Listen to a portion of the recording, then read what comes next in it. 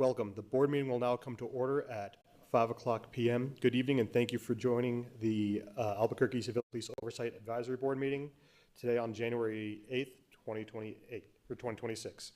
Ms. Burlett, can I get a member roll call, please? Xander Bolyanitz. Present. Eduardo Budanaro. Present. Aaron Calderon. Present. Rowan Weimark. Present. Thank you, Mr. Chairman. You have a quorum. Thank you, Ms. Burlett. Next order of business is the Pledge of Allegiance. All rise.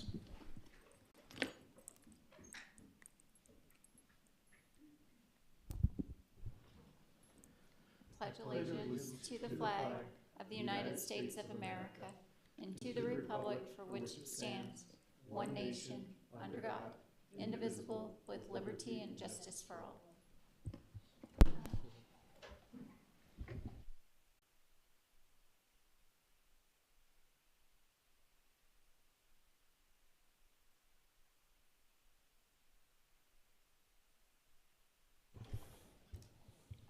The next order of business is the approval of the agenda.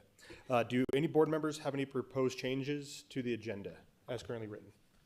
No? I make a motion that the agenda be approved as written. Can I get a second? I second that motion. Thank you, Vice Chair Calderon. Ms. Burlett, can I get a roll call vote, please? Chair Bolyanitz. Approved. Member Budanaro. Approved. Vice Chair Calderon. Approved. Member Weimark. Approved. Thank you, Mr. Chairman. That motion passed unanimously. Thank you, Ms. Burlett. The next order of business is the review and approval of minutes. Do any board members have any proposed changes to the minutes from December 11th, 2025, as they're currently written? No. I make a motion that these minutes be approved as written. Can I get a second? Second. Thank you, Member Budanaro. Ms. Burlett, can I get a roll call vote, please? Chair Bolyanitz. Approved. Member Budanaro. Approved. Vice Chair Calderon. Approved. Member Weimark. Approved. Thank you, Mr. Chairman. That motion passed unanimously. Thank you, Ms. Burlett. The next order of business is the reports from the City Department. First up, we have APD, and the first one is the Internal Affairs Professional Standards, IAPS, presented by Major Dory Camacho.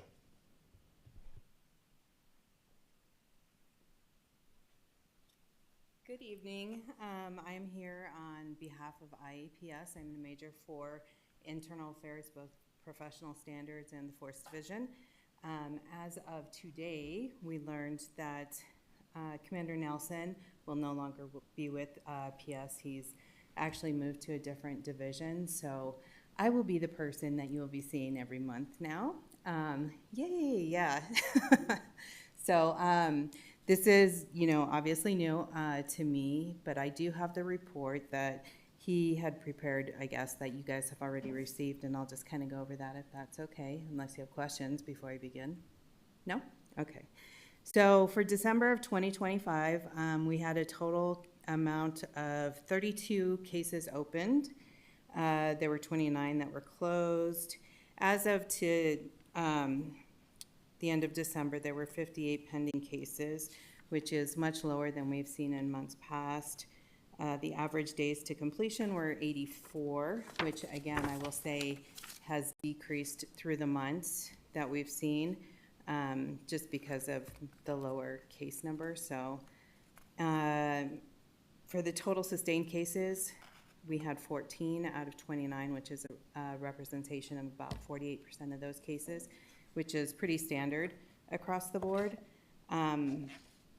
For the standard operating procedures reviewed for the completed investigations, those seem to mirror kind of what we had for sustained findings, which was court, personnel code of conduct, and the use of the OBRD, which is, again, pretty standard. So there was nothing that was really big that was happening throughout the month of December. I think it was fairly quiet for us, which we appreciate. But other than that, I don't have any other information. Do you all have any questions regarding any of those numbers or the report?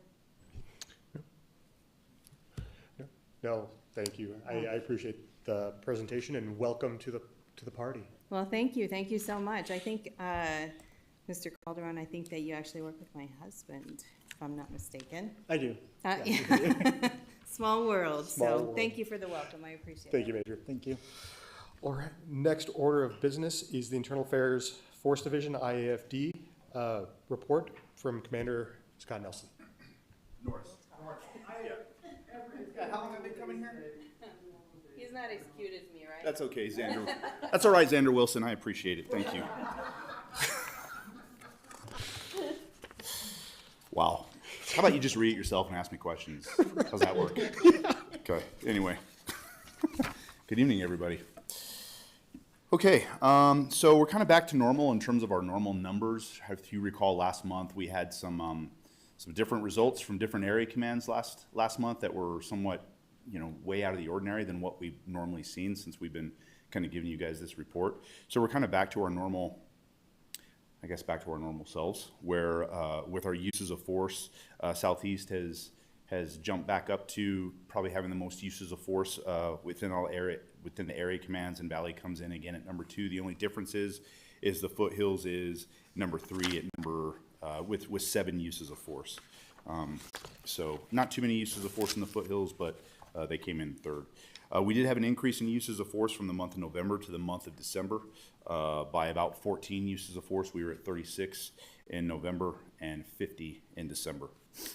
All those uses of force, the vast majority still are level 2 uses of force, which are usually empty hand techniques, empty hand takedowns. So that hasn't changed really much at all. As far as force rate per 1,000 calls, per 1,000 calls in the Southeast, it was about 2.3 uses of force per 1,000 calls in the Southeast, and 1.6 uses of force in the Valley per 1,000 calls. Force rates per 100 custodial arrests, that was a little different. The University Area Command showed up on this one as having 4.9 uses of force per 100 custodial arrests, which is still a relatively low percentage. And the Foothills came in at 4.2 uses of force per 100 custodial arrests.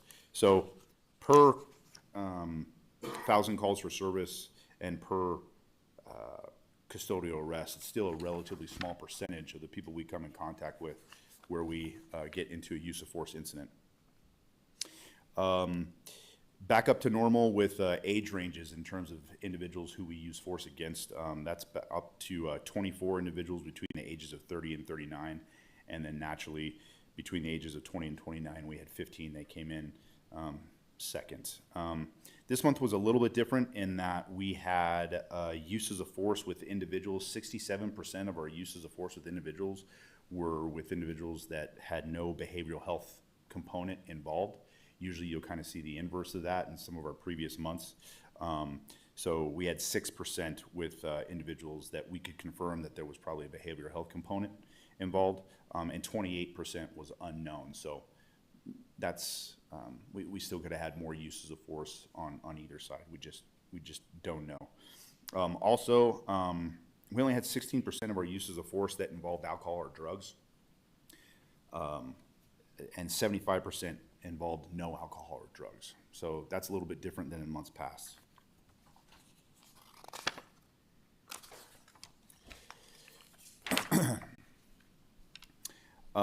For the final call types associated with force events, suspicious persons and vehicles, that kind of remain the same. That's usually our highest force incidents, is suspicious persons and vehicles. Family disputes, and that was 14 of our uses of force had to do with suspicious persons or vehicles. 6 of our uses of force, family disputes, and 6 with disturbances. The rest were relatively low numbers. Shows of force roughly stayed the same from November to December. Actually, they were at 25 shows of force per officer. There wasn't an increase or a decrease in that. We're still remaining in timelines with all of our force cases, level 1s and level 2s and 3s, with an average day of completion at about 83%. I'm sorry, not 83%, 83 days. We do have a case where we took 119 days to investigate it, but that was with an approved extension request from the superintendent, which is per our policy. And we had 2 uses of force out of the 50 last month that were found to be out of policy, 1 in the University Area Command and 1 in the Valley Area Command. And that's all I have right now for the force report. Does anybody have any questions? Any questions?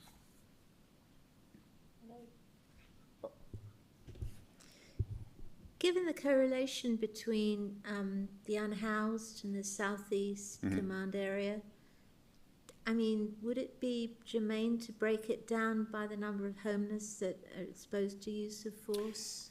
If that's information that you guys would like on this report, just let me know, and I can inform our data analytics to see if they can find a metric to where we can put that on the report. It's up to you. It doesn't say it in this report right here. It's just really kind of the board's prerogative as to whether or not they want to know that information. Well, would it be of use to you? It not necessarily to me.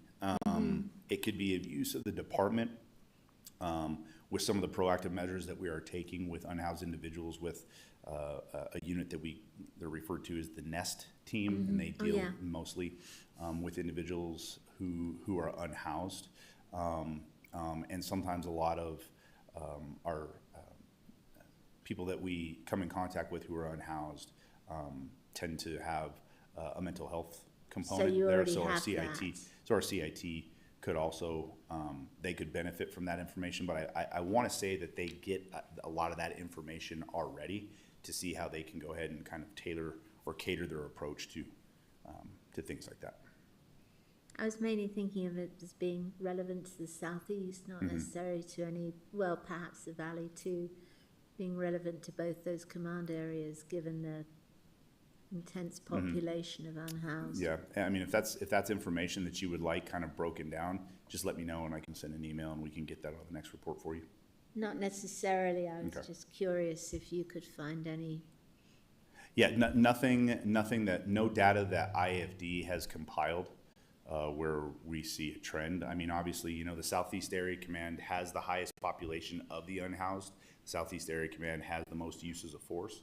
So I just think by virtue of contact and volume of our contacts with unhoused individuals, that number is naturally probably going to be higher. But I don't necessarily know if that's going to be an accurate reflection relative to the rest of the city. Thank you. Sure.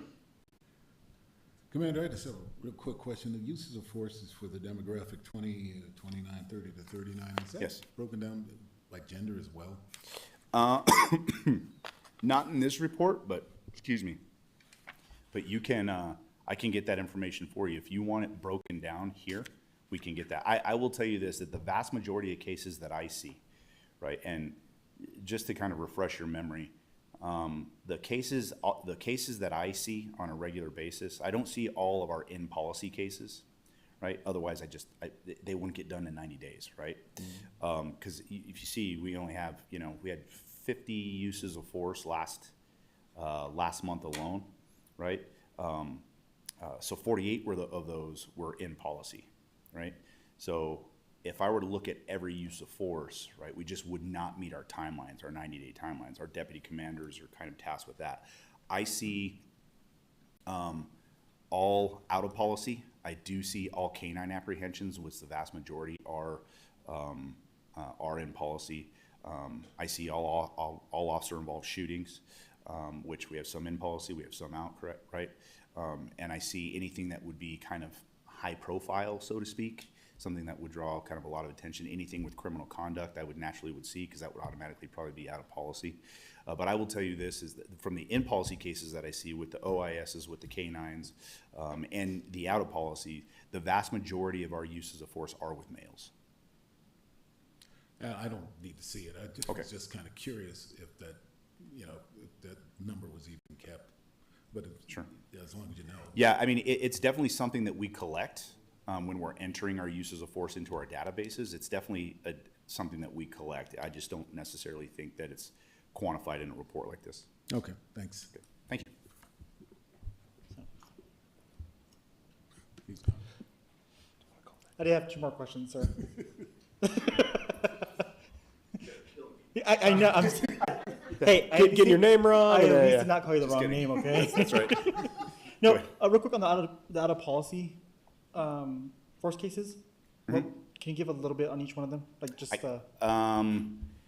no, that's fine. I just can't remember which ones were out of policy. Okay. Right? I mean, I know them for sure, but I can't. Just off the top of your head, okay. With all of the cases that I do review, because I review our force review board cases, I review these cases. Yeah.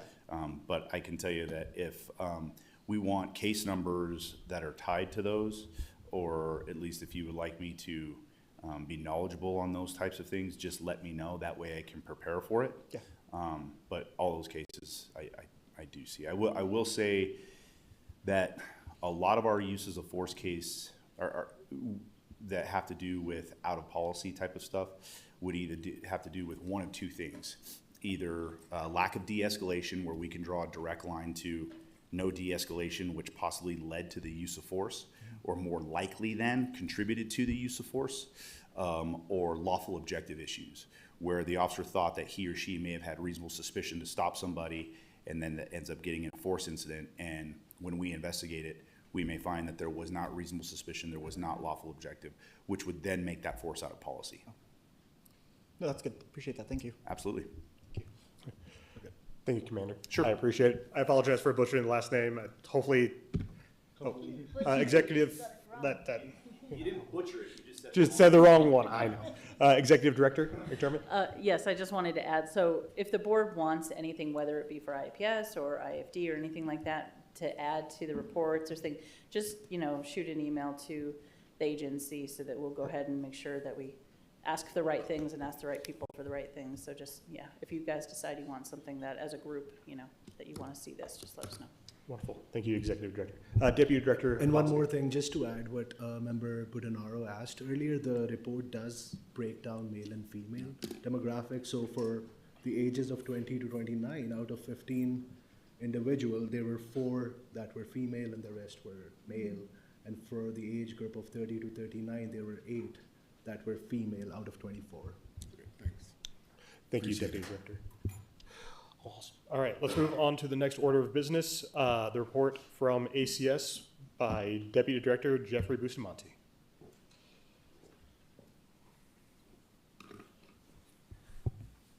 Good afternoon, members.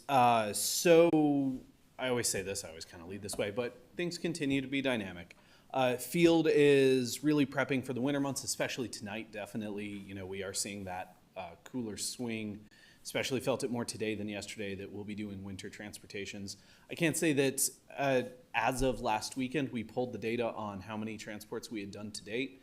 Last year, we had done about 2,500, and this year we've done about 3,200. So while those early weeks in November that we're still getting into the 80s tended to be a little bit slower, it has definitely picked up, and those transportations are continuing. Outside of that, the call volume stays pretty steady. The demographics of it stay pretty steady. We haven't completed our December report quite yet, but we will. When we do, I'll make sure to get it over to Director McDermott so that we can get that shared. Out of our Violence Intervention Division, the work really continues. We're hitting this important year for us where we are kind of looking at the longevity of all the programs, and we have evaluation, of course, of a lot of our programs and institutionalizing that and making sure that we're buttressing the work on the inside. Some of that is also looking at the transition. We do have some grants that fund some of that work that are concluding this year, and so we're looking at what long-term sustainable funding looks like and the rest. So on that, that's also a good time to tee up, though that obviously there's a lot of things that evolve. Budget season's coming. And so we're getting ready for that. I think internally we've already started in December, but with our internal meetings. But that's that gauntlet that hopefully wraps up in May and in a really good spot. So we just really appreciate the ability to keep hammering along and keeping at it. I will say the Violence Intervention Division's cases through 2025 definitely jumped up across the board, which makes sense because the division is larger than it was year over year.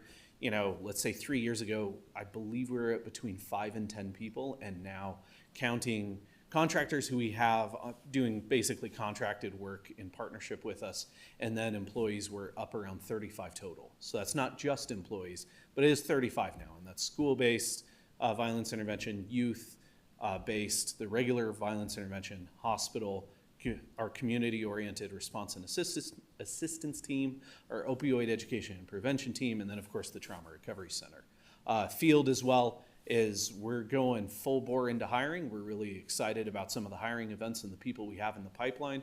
Of course, you interview them and it takes a little bit of time to get folks on. I know you guys appreciate that as well as anybody, but we are really confident with the positions we've been able to fill and some really strong hires as well. So it's It's been great. We have another academy starting in about 2 weeks, a little bit less than, which we're hoping for between 10 and 15 people in that academy as well. And really, you know, there's always attrition. Some people start and realize that this isn't the job for them, but anytime we can get 3, 4, 5 teams in the field, it's huge.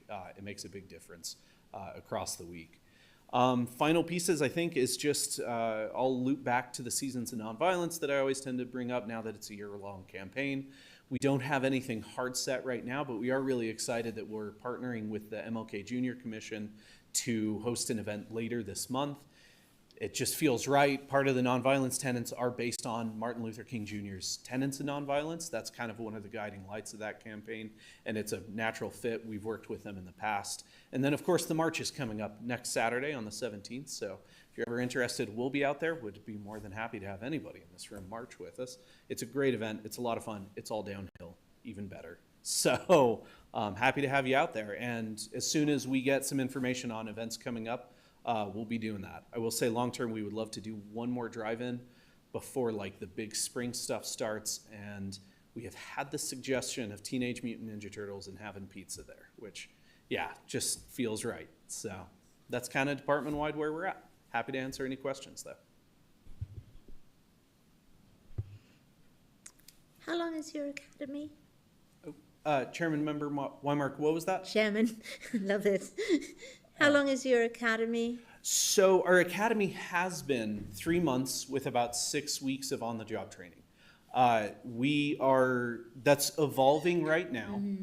We did have some trainings that, let's say we had multiple days with multiple nonprofits, and when we realized if we all got them in the room at the same time, not only would we get more concise, kind of clearer information, but we also could have them say, this is the 60% we all share, and then this is the 40% to make sure you're doing the right referral to the right organization.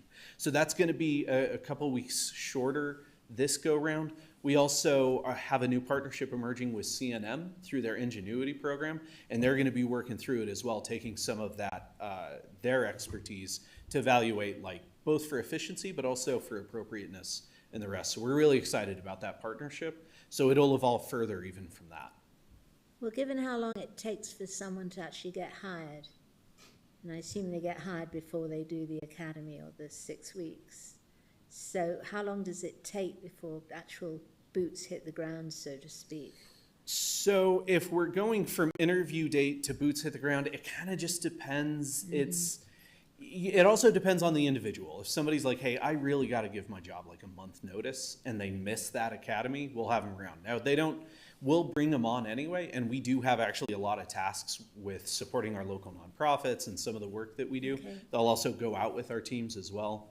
But generally speaking, from their hire date to release, assuming they pass all their evaluation and then they get through on-the-job training, we're talking about 4 months total. And that's why we're seeing it consolidate a little bit. We need to make sure that our responders are well prepared for the field and safe, most of all, both for themselves and for the community.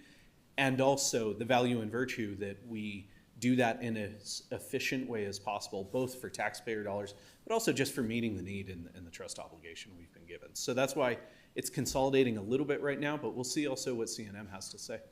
Also, what's the lowest age you take people on? Well, you'll see budgeted, we have internships, and so that would be 18, basically. If we're talking about like a behavioral health responder, I don't know what our youngest responder is. I know we have a couple in the mid-20s. We prioritize some blend of lived experience and education, or just a lot of lived experience for that. So we don't have any responders maybe young 20s, but we do have some in their mid-20s all the way up into their 50s and 60s as well. And it really is that thought that why we like that social service experience is it's that knowledge and that preparedness for what some of what field work might know. And not to speak for anybody, but what I thought the workforce in like community service was going to be at 18 versus 25 or much less 39 now has evolved so much. And we really do like some of that to be, that seasoning to be there, because we've noticed those folks tend to stay a little bit longer. Thank you. Yeah, thank you. Nope. Thank you so much. I appreciate your time. Perfect. Thank you. Next order of business is the report from the city attorney, Lindsay Roseborough. She is not here today. Executive Director, do you have an update? I heard there was No, not I was one. just gonna say, she's not here, Yeah. and she said she really didn't have Yeah. any much to add, so. All right, then let's move next to City Council with Council Services, Chris Sylvan. Thank you, Mr. Chair, Board. Chris Sylvan, Council Services. The only update I have since I saw you last, well, actually I have a couple of updates. Council Services, the agency, and the Contract Compliance Officer, and yourself, Chair Bullianitz, we had our first meeting together where we actually discussed what we need to do to move forward, and it was a great discussion. And we talked about how we're going to seat the next board member, and the discussion also included the fact that board member Calderon's term is up, so we have to get the legislation in to get him reseated in February. So both folks are going to be seated in February. That was pretty much the gist of that meeting. The next thing that happened, the counselors that were reelected were sworn in on Sunday, and new counselor for District 1 was sworn in, Counselor Tejas. So looking forward to working with a new group, not a new group, but a brand new counselor in that district. I think that's about it. That's the only update I have. I stand for any questions if you have anything. No, thank you so much. I appreciate it. The next report up will be the Community Policing Council, brought to us by Kelly Mensa.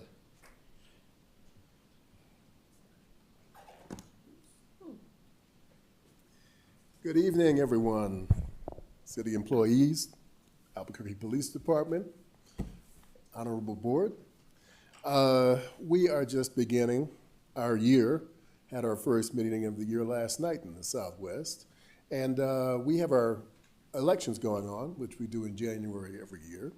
I think we've identified candidates for both positions in just about every council, which is chair and vice chair. So I'm not sure about one, but we'll have to see about that. We're going to try to get those filled with everybody. If not officially, then we'll get somebody just to send the information out and that sort of stuff. Some people just don't want to commit. But aside from that, we are looking to spend the month just talking to each other, having more or less semi-private meetings in which we're talking about what we're going to do this year. One counselor from the Northwest has an excellent idea, which we've talked upon a couple of years ago before she came, to start an arm that is going to speak to the state legislature every year. We're going to do some lobbying. I don't know if it's officially called that, but they want to speak within the council about crime law enforcement bills and legislature, and kind of come up with positions and sort of speak to them. So we're going to try to get that happening. We'll see how much interest there is. We just started the conversation last night. Aside from that, we did have our year-end dinner. We made a presentation to the chief. We were lucky to get to him before he left. And in our first meeting last night, Interim Commander Barker was there. So that was good to see her. It was very, very nice that she showed up, and she's always been a supporter. And we're kind of happy about having that. And additionally, we're talking about doing some kind of event last year like we did in the summer a couple of years ago. We haven't quite nailed that down, but we've got some ideas, and we're going to spend some time talking about that at the Community Policing Council if we can get that one. We don't have a CPC Community Policing Council chair yet, but we're looking at that. It's been Phil Jameson for the last 2 years. He would like to move on and do something else, but we'll just see what's going to happen with the chairs. So that's a short report. Should have more next month. I stand for questions. I guess you've already answered my question. Is the Council of Chairs still going?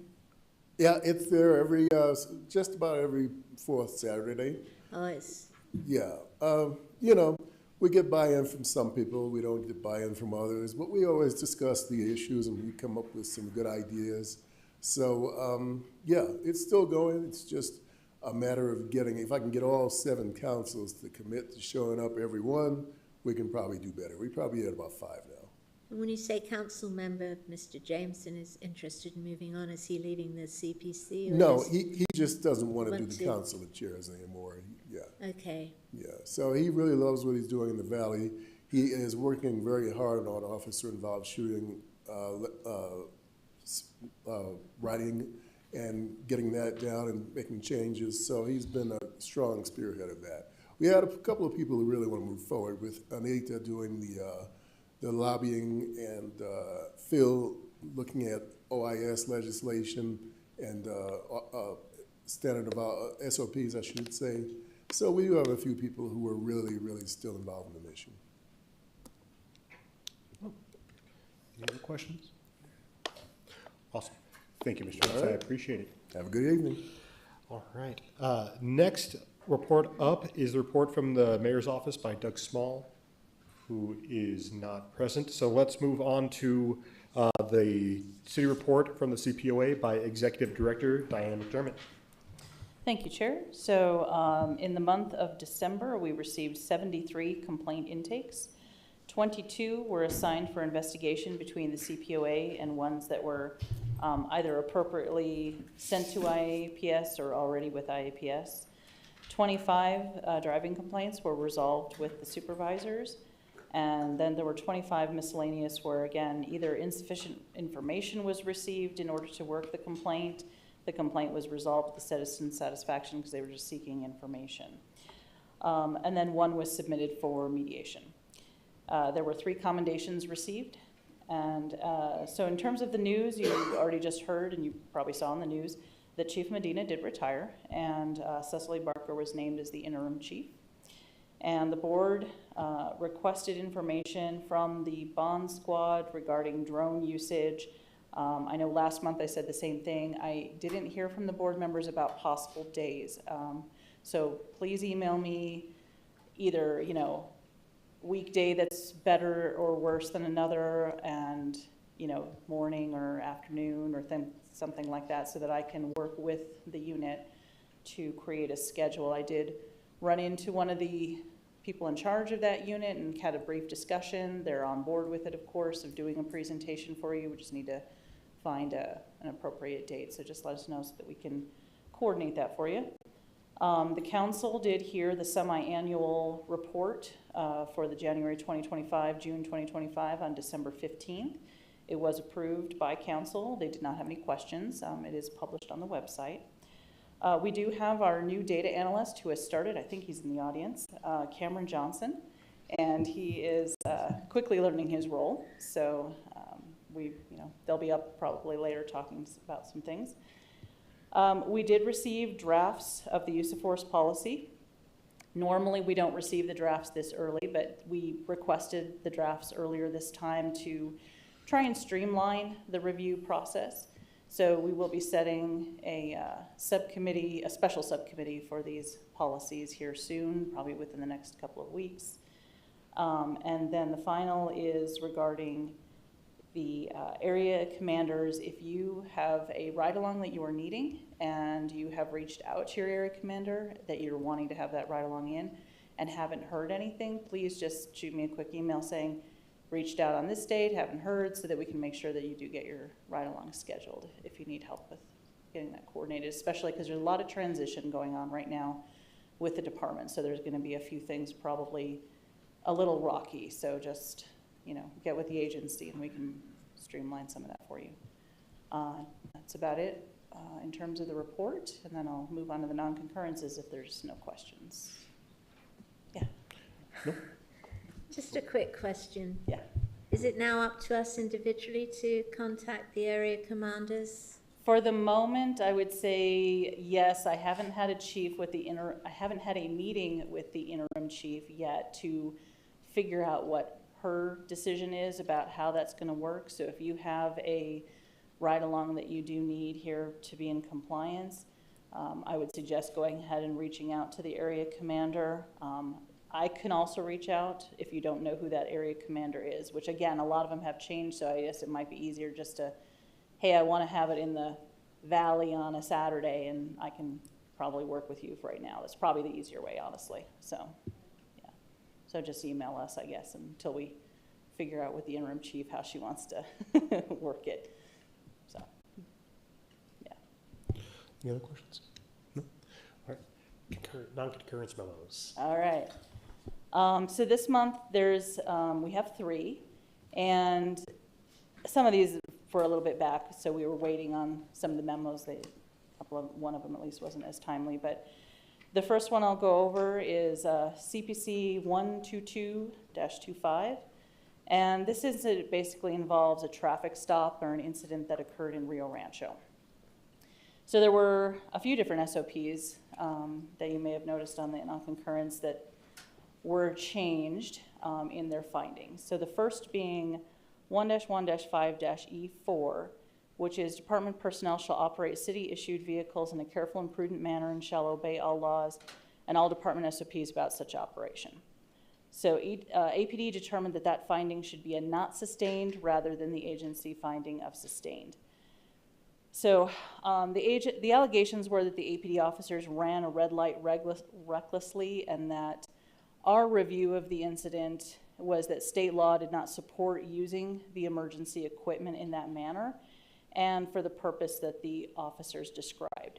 The memo says that our investigation said it was for mere convenience.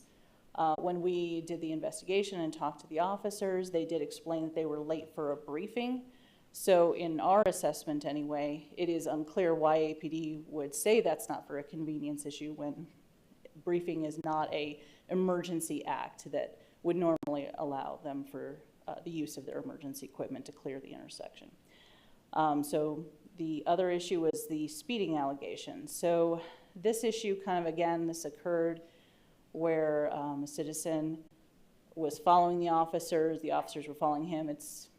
There's a lot of inconsistency in that particular investigation about the statements from each party. So there was allegations that the officers were speeding. The not sustained finding would normally be appropriate if you couldn't prove it. However, in this case, we had some independent statements from Rio Rancho officers who, though they didn't observe the speeding themselves, based on statements that the APD officers made at the time and statements that were inconsistent with what the APD officers were saying, would lend the preponderance of evidence to be that they were speeding. So again, we disagree with the finding of changing it to not sustained. We feel there was sufficient information to sustain that, but that's one of the reasons for the non-concurrence. 116A6A is department personnel shall not knowingly represent or make any false statement in any verbal or written report. Again, APD determined that that finding should be not sustained rather than sustained. So the officer in question here did not write a report on this incident until they were actually questioned by the CPOA investigator. So the report then, in our assessment, tried to retroactively kind of explain some of the questions that were asked during the investigation. The officer's report clearly stated that the officer turned off his OBRD once the complainant was placed in his patrol vehicle, and he had no further contact. Again, a later SOP that was dealt with was a OBRD type of violation. We had OBRD videos, though, from Rio Rancho, so we were able to obtain additional information that demonstrated that the complainant and the officer had several minutes worth of contact. And the content itself couldn't be heard. We don't know what the actual conversation was, but the complainant alleged that Officer F treated him very unprofessionally during that time, and the officer didn't have the recording going during that time. So it is in our investigation, we believe that there was a knowingly written statement that was inaccurate, that he had no contact when it was clear that he did. We believe that APD in its review did not consider the evidence available to us in the OBRD recordings as part of the file from the Rio Rancho officers, because the APD reviewers just said that the inaccuracy was due to the delay in the report, and it just ignores, in our opinion, the evidence that was available to us. And at minimum, a delayed report was obvious, but yet there was no, we sort of wrapped that violation up into the greater issue. If the department truly felt this way, they should have at least sustained for late report and you know, made the non-sustained finding. But again, we disagree with the opinion of APD regarding this issue. And then finally on this one, 116A1B. All department personnel, whether on or off duty, shall act in a manner that is above reproach. This includes avoiding behavior that brings discredit to the department. So again, APD said that this should be a not sustained finding rather than sustained. APD acknowledged that APD officers kind of lack the authority to conduct traffic stops in Sandoval County. Their non-concurrence relied on the officer's claim that the complainant was driving recklessly and had a duty to act. However, the non-concurrence states that officers should contact the appropriate jurisdiction, and that is what the officers did. That is inaccurate. APD officers did not contact Rio Rancho. It happened that Rio Rancho officers came across this situation. They were not summoned there. And additionally, throughout the encounter, Rio Rancho officers noted that APD officers were unprofessional. They said it multiple times at the scene, and then when we interviewed the officers, those Rio Rancho officers, they explained. So if APD officers' actions result in negative comments from a fellow law enforcement agency, it is our assessment the investigation shows a preponderance of evidence to show that the officers were unprofessional and brought discredit. So we respectfully disagree with the assessments of the review. So that was a long one. So What is our course of action if we don't agree with them? I'm sorry, what was that? What is our course of action if we don't agree with their not agreeing with us? So on a specific case, there is, the ordinance does not contemplate any additional action. If it becomes, I guess you'd say, a more egregious pattern, then that would be where a discussion with perhaps, you know, council or more earlier, the chief or the superintendent would be appropriate to have those discussions. And then, like I say, if it became really egregious, then it perhaps would be raised to the council, something of that nature. But I only question it because it seems like there's other reports and other evidence and other OBRD footage from another department that obviously states where the officer fell through the lines, right? And APD is kind of just ignoring it at that point, when I'm like, it's in your face. And so I'm just like, like I want it to be reviewed additionally, right? So that's why I asked for who could be our next step, because I would not mind sending that to the chief, to be honest with you, or the interim chief. Because I'm just like, there's a preponderance of evidence there that you can gather yourself as well. And for other departments to always say another department's acting afoul is not always something they do, right? It's typically the latter of them protecting each other. So I just struggle with that because you guys are able to locate this stuff. Granted, it's not hard. Any of us can IPRA it as well. And I'm like, okay. So especially like OBRD stuff, that's a big thing we deal with constantly. You're in uniform. You got involved in an incident on your way to a briefing. And to your point, the briefing is not emergent. I'm sorry. I don't care if you're running late. Sucks to suck. You know? Yeah. so yeah, again, it's the non-concurrence purpose is, of course, to eliminate to, you know, the board and the concerns that when we disagree, and there are going to be times when we disagree, and there's perfectly valid reasons. I mean, Right. I've portrayed to you our position of it. They portrayed their position in the memo. Again, my belief is some pieces of information in this particular non-concurrence were not either considered or realized or something of that nature. There isn't a recourse, as I said in the ordinance. Is that something that, you know, agency and board may want to contemplate in the next ordinance revision? Like, what to do with that? Is there a recourse? Is there a something? So that is certainly food for consideration and thought. Can we add that to the list of things I would like to look at? Yeah, no, we need to add that to the list because, you know, one of the things that I heard, so some of the other ones, okay, it was the personal code of conduct, which is 1.1, if I remember correctly, that is a very broad policy. And the fact that that didn't even get hit and that got unsustained when other officers, more than one, said, hey, this was not okay. Like, this was kind of a crazy even for us. That should be ringing bells of, we need to check that out from a deeper perspective, because, I mean, I would think that other officers would have that respect to say, listen to them, even if they're in the city next to us, right? That we got to be somewhat collaborative. I assume that's not going to help foster that. So there's a lot of different points that I see on that, but yes, we need to add that to the list of things to. Could I ask that you, when you have a meeting with the interim chief, just show it, nonetheless. It's a concern, nonetheless. I'm sorry. And I think it's, as long as she's aware, right? But, and thankfully it's not the standard, right? That's not the standard for APD across the board. And to your point, if it becomes a pattern at that point, additional recourse or different approach would have to happen. To your point of like city council or where we have to go. And I may have said, Chief, it may actually be more appropriate with the superintendent, because there is that separation. They created the separation between chief and superintendent, but, the point taken that I can. Both. I think both should know about it, right? Because if I was chief, I would love to know if my officers are acting a fool. Granted, I supervise staff myself, and I would love to know that my staff are acting a fool. I don't care where they're at, to be honest with you. Because to the point, it's a representation of APD. And all it takes is one person to jack that up. So, thank you. Agreed. Yeah, absolutely.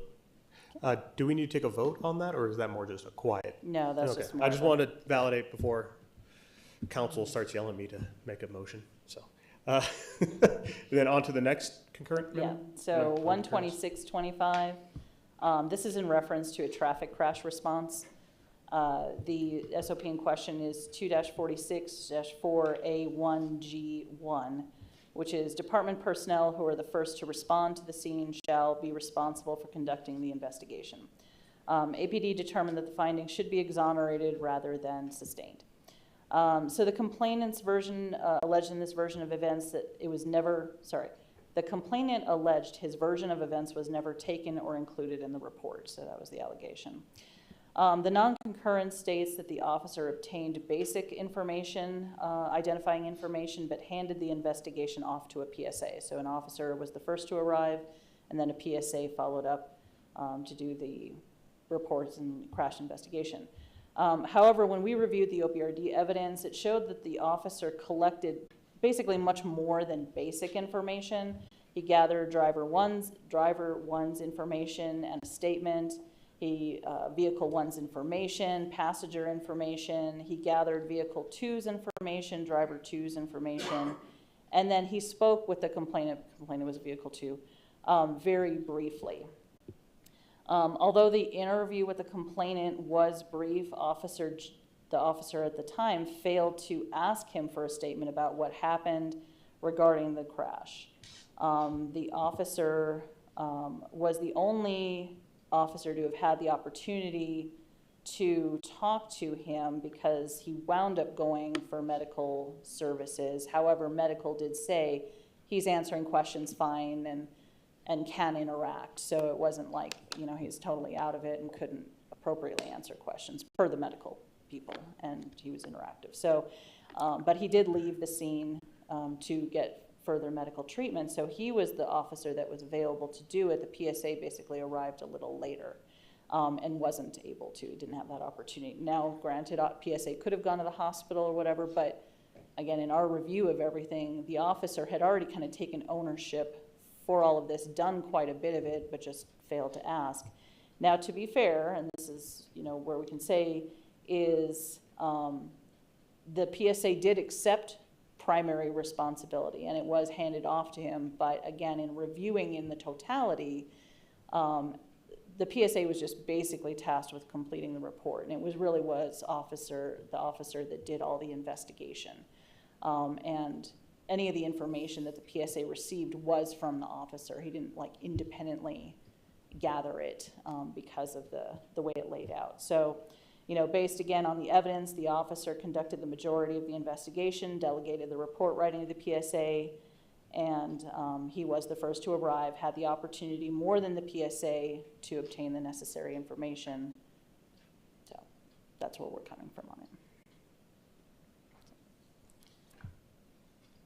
Any questions? Okay. And the final one, again, is 167-25. And this, again, is an issue to a traffic crash response. This one happens to involve a city vehicle.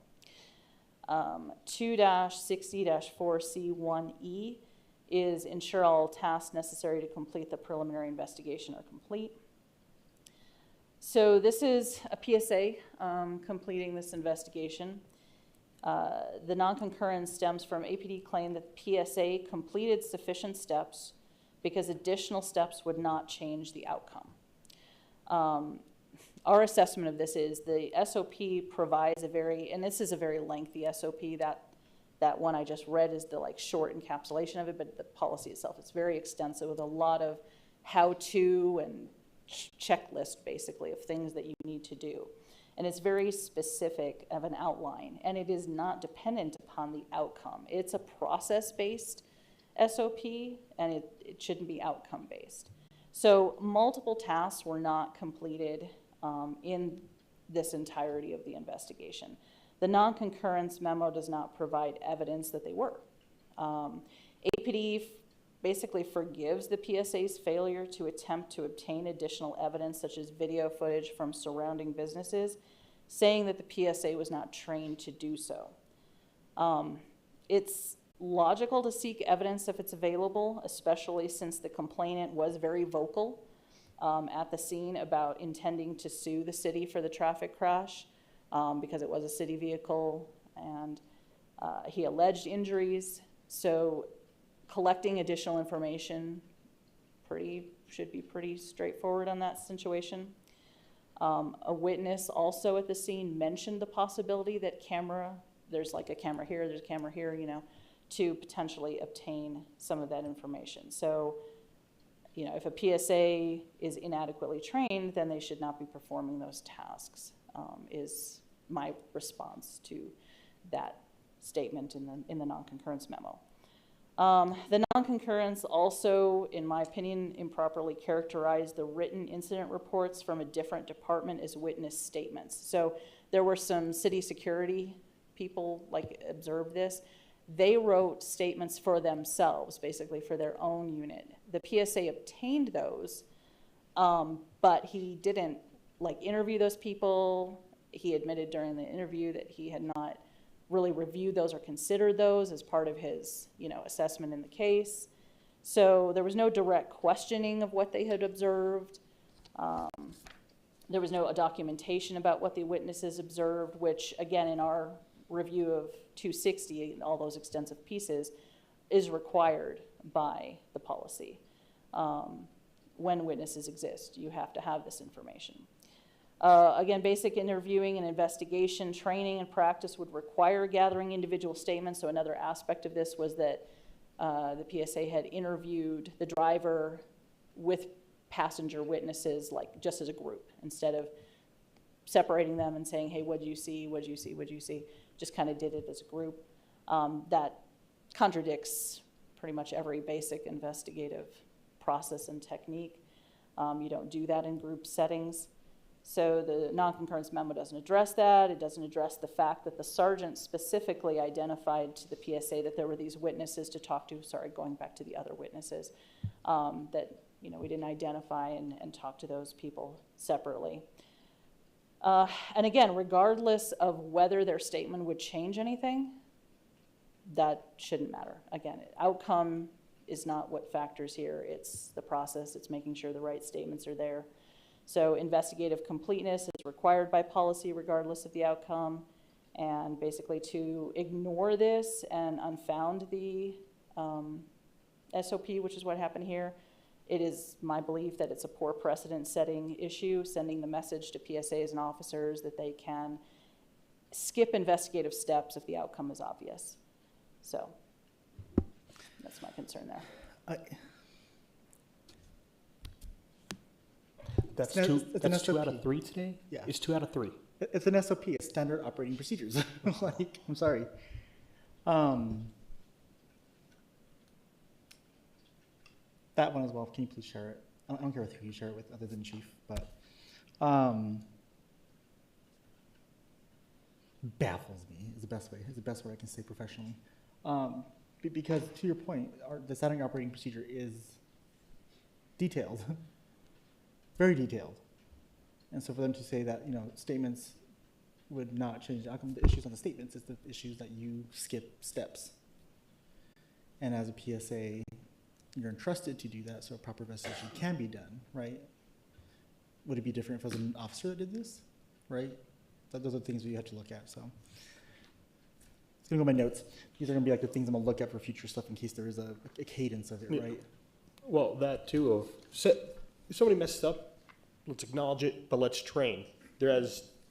I don't think, is there anything, like, would this person receive training if there's not a sustained finding? If we don't do this and keep ourselves in check, we're setting a bad precedent and we're going back to the way we were when we spent a long time getting out of it, right? Right, and the potential for litigation is significant, right? It opens a lot. Yeah, different issues. I mean, just to be straightforward, none of these are dealing with use of force. So just to Right. clarify, But it's a bad taste too, Yeah. right? And it's not going to help the citizens of Albuquerque feel strong. Well, they'll feel strong, but not in a positive light of the work APD is doing and the good work that they're doing. It's just, this is just setting bad precedents, and it takes multiple good experiences to eliminate one bad, right? It's like 7 to 1. I wonder how risk would love to see that. I'm sorry, say that again? I said, I wonder how the risk department would love to see that. Yeah. Because as a risk mitigator professionally, oh, hell no. But go ahead, Ron. Is this an example of trying to expand the PSA's role that we were talking about at the last policy and procedure No, these tasks are already typical for them in terms of traffic accidents. They're already tasked with that role. Of course, we've had some discussion, and it'll come up a little bit later tonight. There has been a change with PSAs not exclusively investigating, I believe, city-involved vehicles. So that's a positive, right? But this, of course, occurred before that change, because there has been some concern about PSAs and city vehicles because there is a higher liability. It's reviewed, obviously, most people are gonna sue if they get run over or hit by a city vehicle.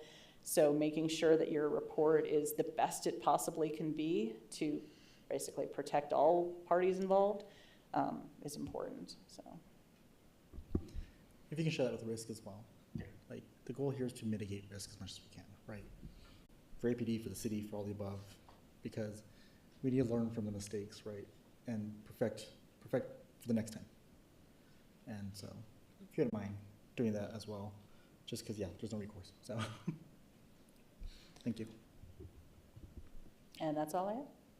I would request that, I don't know if member Calderon said the same thing. I couldn't quite hear him, but could we possibly have a presentation from the trainers of the PSAs?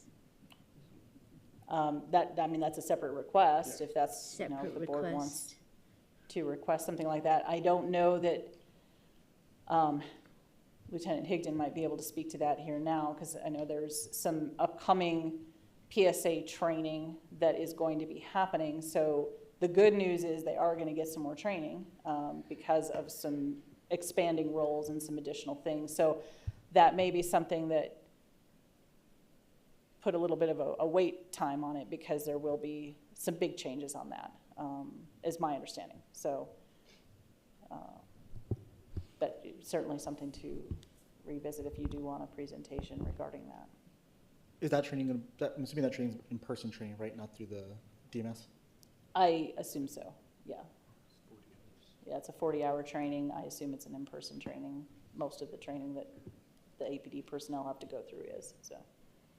A few things are video, but. Okay. Yeah, I say let's just keep an eye on these trends, both with PSAs and just everything else. I think that's just our next best course of action. But let's move, was that the last? That was the last, yeah. All right, then let's move on to the next order of business, which is public comments. Ms. Perla, I don't believe we have any written or verbal. Is that correct? That's correct, Mr. Chairman. Okay. All right, then let's move on to the next order of business, which is serious use of force cases. The first case up is APD case 24-010-5184, presented by Member Budenaro. Thank you, Chair. This is a synopsis of an incident that was involving a level 2 and level 3 uses of forces that took place over many hours. It occurred last December on Evening Fire Street Southwest. Officers responded to a domestic disturbance between a mother and her 42-year-old son, Mr. C. The mother told police her son had been destroying property inside the home and had threatened to kill her. Officers confirmed that Mr. C had 2 active felony warrants and a history of involving violence, mental health issues, and prior police encounters where he was considered armed and dangerous. When officers arrived, they found Mr. C throwing items out of the garage. As soon as they tried to make contact, he shut the garage door and barricaded himself in. Officers set up a perimeter and repeatedly tried to communicate with Mr. C, but he refused to come out. SWAT and a crisis negotiators team was called to assist. For several hours, negotiators worked to establish a dialogue, but Mr. C continued to make threats, at one point saying he would use an axe against officers if they entered.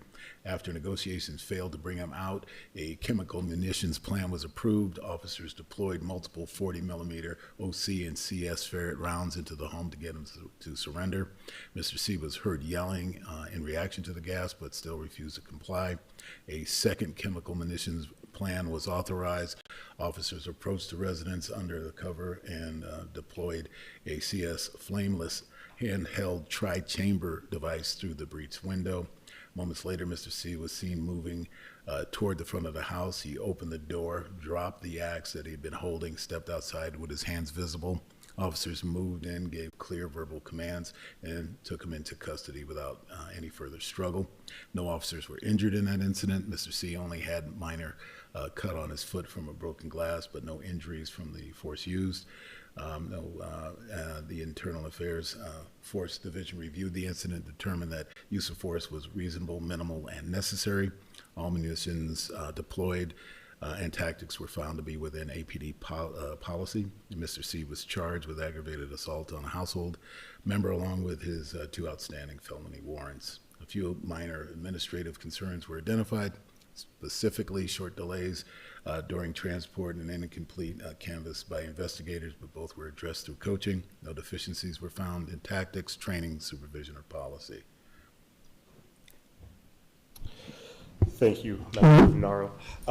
Director McDermott or Deputy Director Abbasi, do you have anything the CPOA would like to add?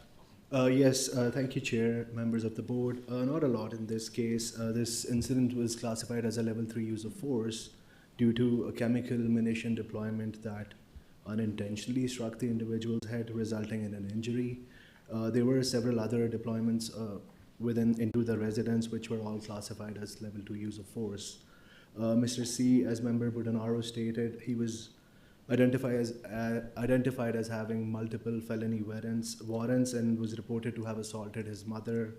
He did not comply with the officer command to surrender and subsequently barricaded himself into the residence. Following the deployment of munitions by the SWAT team, Mr. C exited the residence and was safely taken into custody.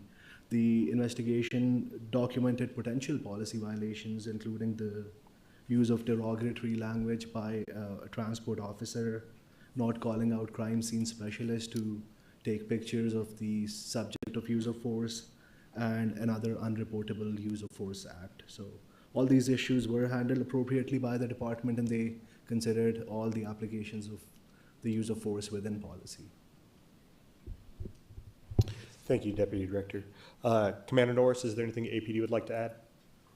Nothing to add at this point, no. Deputy Abbasi answered all my questions, so I'm good, like always. Any other questions?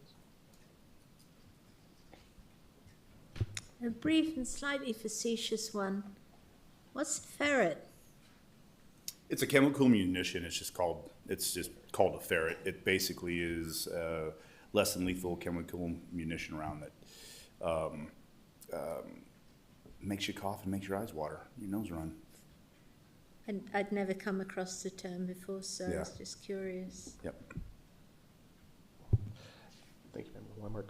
All right, then with that, I make a motion that the Civilian Police Oversight Advisory Board affirms and upholds the finding for APD's Internal Affairs Force Division investigation for APD case 24-0105184. May I get a second? Second. Thank you, Member Budinaro. Ms. Burla, can I get a member roll call vote, please? Chair Bullionit, Affirmed. Member Budenaro, Affirmed. Vice Chair Calderon, Affirmed. Member Whitemark. Affirmed. Thank you, Mr. Chairman. That motion passed unanimously. Thank you, Ms. Burla. The next use of force case we have up is APD case 25-0001164, presented by Member Weinmark. Okay. The date of the incident was January the 5th, 2025, and the time was 0:21 hours. The persons involved were SG Officer 1 and Officer 2. Officer 2 was a witness officer. On 1/5 at approximately 00:16 hours, Officer 2 was working a citywide street racing TAC plan with the traffic unit. On westbound I-40 approaching Carlisle, he saw a red Chevy Camaro speeding 90 miles per hour in a 65-mile zone. He started to conduct a traffic stop, but the Camaro accelerated to 100 miles an hour, passing I-25 and exiting onto 6th Street and heading north towards Manor. Officer 1 arrived on the scene and pulled in front of the car. It turned to the left of Officer 1's car and struck the car's rear left corner. The Camaro then turned west on Manor, slowed down significantly when reaching the 12th Street roundabout. It then turned onto 12th Street and headed north. Officers followed it until they reached Matthew Avenue, where the Camaro began to make a left-hand turn, dropping speed down to 15 miles an hour. Officer 1 then performed a pit maneuver, hitting the driver's side of the rear bumper, but it was ineffective and didn't stop the car. Officer 1 then pulled along the left side and rammed the car onto the curb. SG got out and was taken into custody without incident. These uses of force were found not to be objectionably reasonable and not within APD policy. They were not reasonable, minimal, or necessary. SG was transported to hospital complaining of head, neck, and back pain.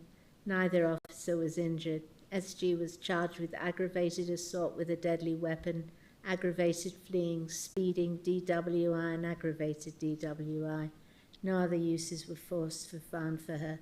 Potential policy violations of standard operating procedures were identified. None for rules and regulations or administrative instructions. The pit is not a ramming maneuver, and authorization to continue pursuit from a supervisor is necessary.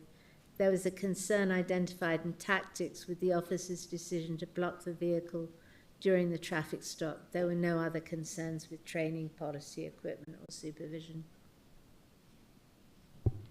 Thank you, Member Weinmark. Deputy Director Abbasi, does the CPOA have anything they would like to add?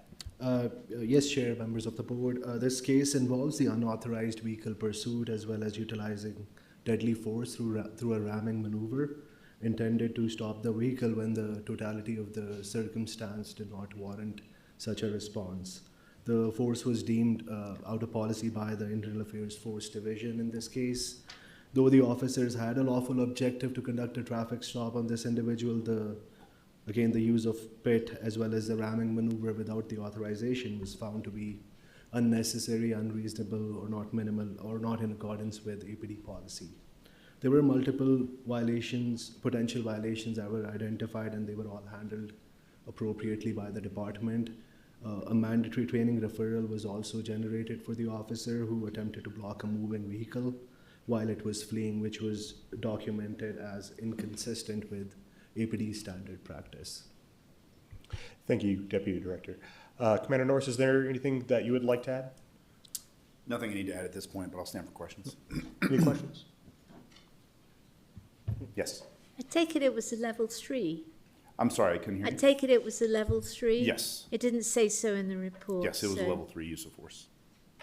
being as though it involved basically the use of a vehicle as an improvised impact weapon, the likelihood for that causing serious injury. Even though the ramming was done at about 12 miles per hour, that's why we didn't analyze that under the deadly force policy, but it was a level 3 use of force. Thank you.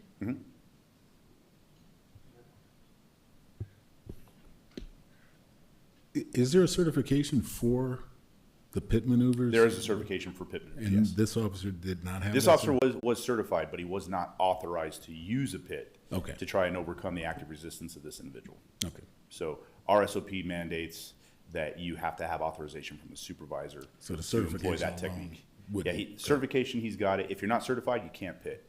But he had the pit certification. He just was not authorized Got by to a be supervisor. authorized, okay. No, I think, any other questions? No, that's good. Good investigation work with IA. I appreciate when I see out of policy, I love, like, not that I love seeing the out of policy, but it shows that IA is doing their work, so I appreciate that. Sure. So with that, I make a motion that the Civilian Police Oversight Advisory Board affirms and upholds the finding of APD's Internal Affairs Force Division investigation for APD case 25-0001164. May I get a second? Second. Thank you, Member Weimark. Ms. Burla, can I get a roll call vote, please? Chair Boliana, Approved. Member Budenara, Approved. Vice Chair Calderon, Affirmed. Thank you. Member Weimer. Approved. Thank you, Mr. Chairman. That motion passed unanimously. Thank you, Ms. Burla. The next case up is APD case 25-0008703, presented by myself. This date of incident was January 31st, 2025, at approximately 20 hours, 2,000 hours, or whatever the term is. Located on the northeast side, the uses of forces were empty hand takedowns while in handcuffs. In policy, a level 2 or 2 level 2s. One was empty hand takedown and an empty hand control technique in policy, and then level 1 empty hand control in policy. APD was dispatched from a call from Miss S, who advised Mr. R was drunk and locked himself into the bathroom. Their apartment, APD's CAD advised Mr. R was agitated because Miss F would not let him out of the bathroom, and Miss F did say that she was afraid of Mr. R. Officers responded to the disturbance. Upon entry, Mr. R displayed unstable and erratic behavior, repeatedly advancing towards officers, despite verbal commands and attempts to de-escalate. Officers attempted to stabilize and restrain Mr. R after he clenched his fists and raised his hands in a threatening manner and lunged towards officers.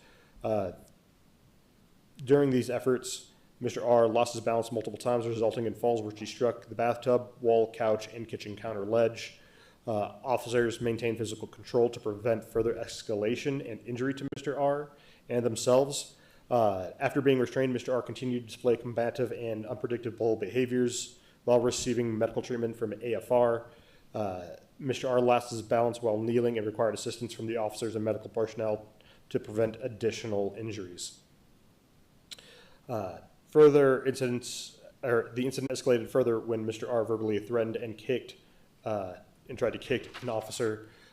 Based on all this, as I said earlier, all the uses of forces were in policy. Based on the totality of circumstances, everything was reasonable, minimal, and necessary.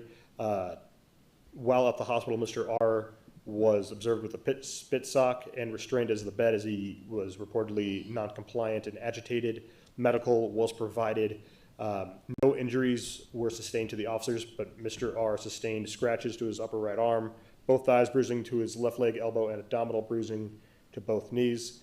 The individual was charged with criminal damage under $1,000, battery on a peace officer, 2 counts for battering both officers.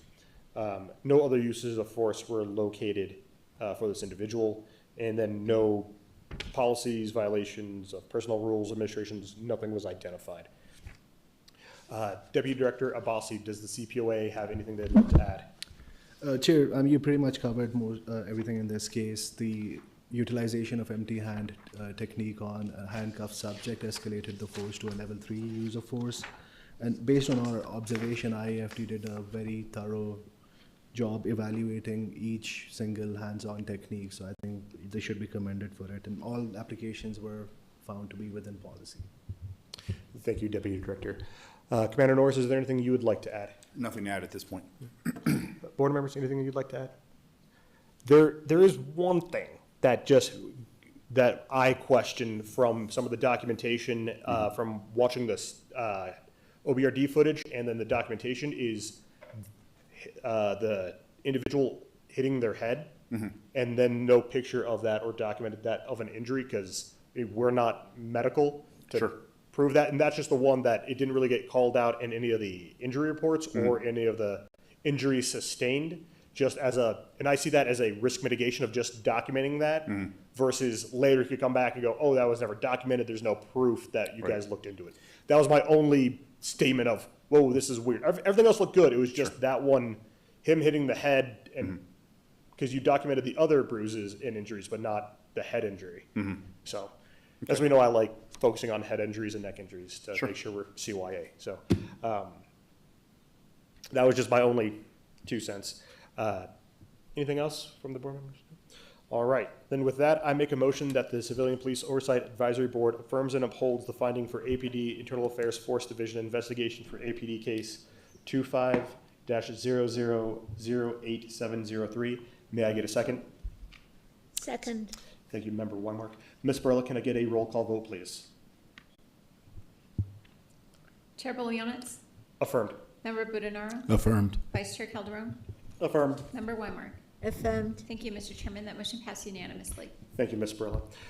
The next use of force case up is APD case 25-002-0291, prevented by Vice Chair Calderon. Thank you, Chair. Use of forces that were used was level 3 officer from Officer 1 and Officer 2 empty hand takedowns while in handcuff with injury.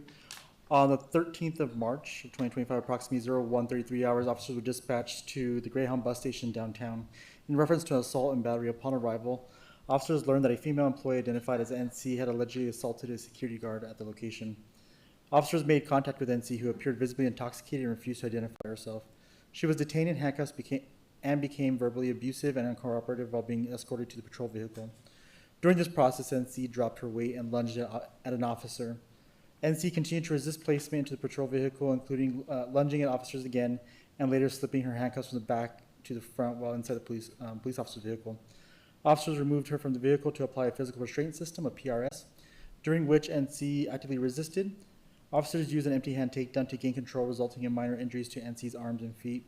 An officer also reported being kneed in the jaw during the struggle.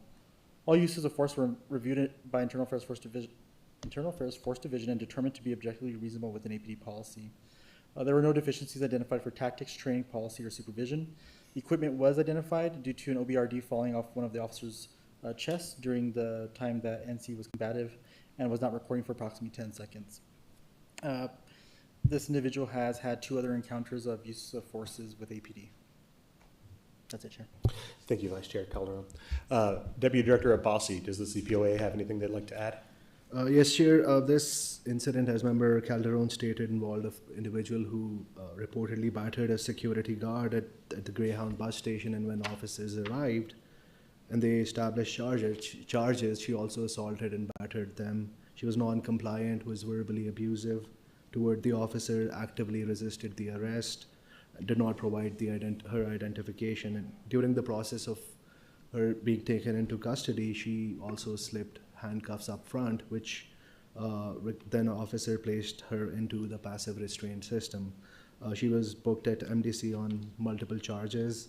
IFT, again, based on the totality of the circumstance, deemed the use of the passive restraint system and all the applications within policy, and there were no policy violations. Thank you, Deputy Director. Commander Norris, is there anything you would like to add? No, sir, not at this point. Any questions? No? Yeah, no, this one was straightforward, and so let's keep going. All right, then I make a motion that the Civilian Police Oversight Advisory Board affirms and upholds the finding for APD's Internal Affairs Force Division investigation for APD case 25-002-0291. May I get a second? I second that motion. Thank you, Vice Chair Calderon. Ms. Brillick, can I get a member roll call vote, please? Chair Bolianitz, Affirmed. Member Budenaro, Affirmed. Vice Chair Calderon, Affirm. Member Weimer. Affirmed. Thank you. That motion passed unanimously. Thank you, Ms. Brillick. Next order of business is officer-involved shooting cases. Have a great night, guys. Have a great night. This month, we do not have any, so with that, let's actually take a,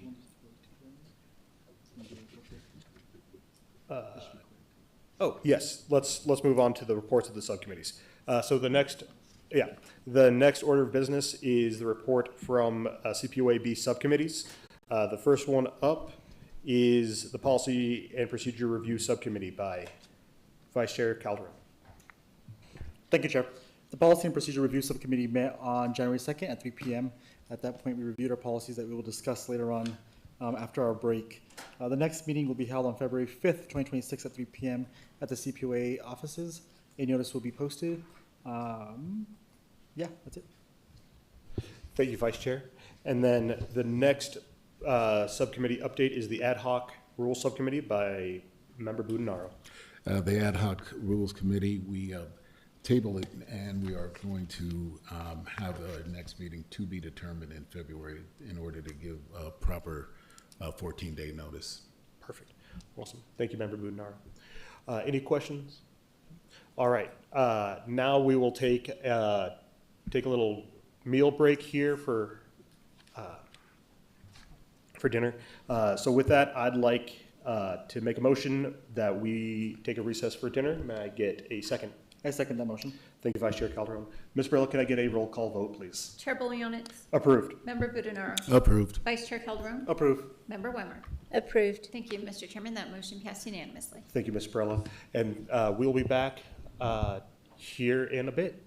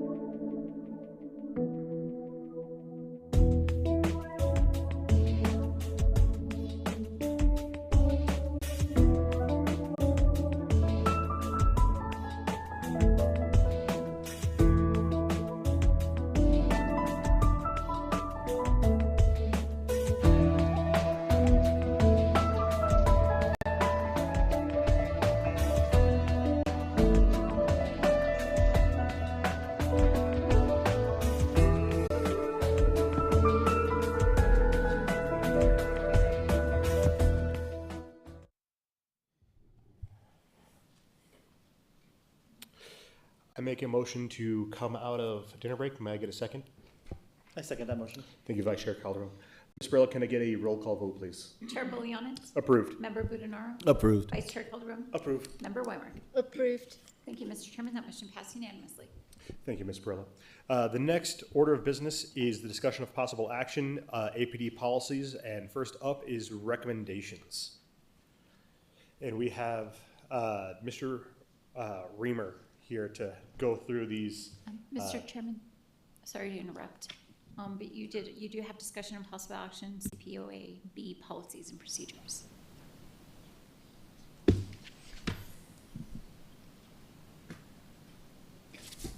On the agenda. I guess mine is being weird. Yeah, policies.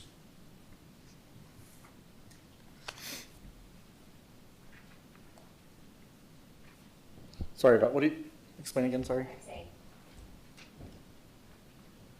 So A is just CPOAB policies and procedures, then B is APD policies, correct? Yeah, so the discussion initially was on the CPOAB policies and procedures that was going to come out of the subcommittee, but maybe Director McDermott can discuss it. Thank you. Um, Okay.